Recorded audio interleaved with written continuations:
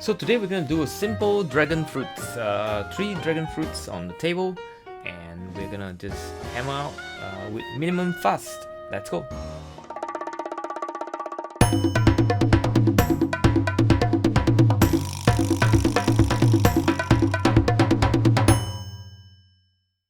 So the dragon fruits look like this. They are going for very cheap at the moment. They are from Vietnam. I think there's an abundance of crop this year.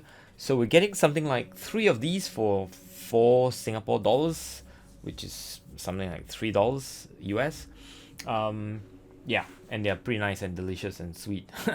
So anyway, put 3 on the table, and you know, I throw in basically without much line. I'm going in with just a brush, basically creating yellow, green, and pink, or reddish pink, if you like.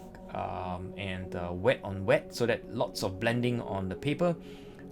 The third standalone dragon fruit on its own, the green first, and then dropping in the reds. Again, wet on wet with minimum of fuss. So that's it. That's the first layer that you can do. And then what you do is you let it dry, and that's how it looks like.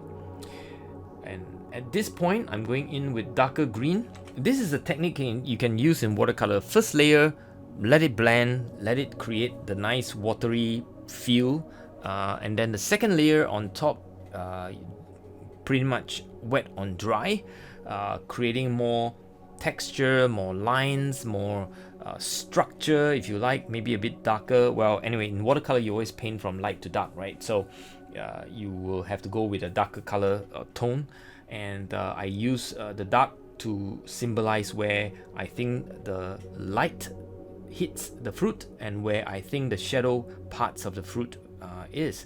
You can refer back to the photograph, which I will put a link in the description below. And all I'm doing is just creating layers, or multiple layers. One of the best way to do this is just to look out for where the shades are and where the lights are, and differentiate them with the different tones. And I do mix a bit of complement colors in the red. In other words, the red has a bit of green in it, and the green has a bit of red in it, just to make sure they are reflecting the shady part of the fruit. In some ways, I've destroyed too much of the light area. I wish I have left more yellowy part of the fruit intact, or even highlights.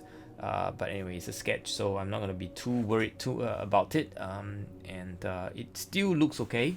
And again, even in the second layer, it is okay to go in with wet on wet as well. Wet on wet is always the charm of watercolor, and I think this is something you have to remember. Don't lose the wet on wet, you know, for watercolor, right? And now I'm going in to draw some lines here and there, bits and bobs, just to make sure it looks like dragon fruits.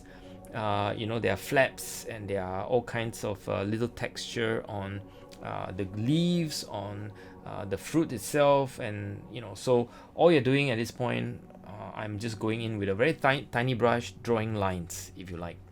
When I draw lines, I kind of like to use darker color anyway. Name, write the name, write the date, and I think we are almost done, except for one thing, which is the shadow. So I'm going to put in the shadow. I decided to make the shadow not realistic but purpley, and with that I'm going in with my favorite cobalt plus queen rose. Those colors make this beautiful purple, and put it in and soften the edges. Remember, shadow always have softer edges than reality, so if you want to depict shadow, just use soft edges. It should work.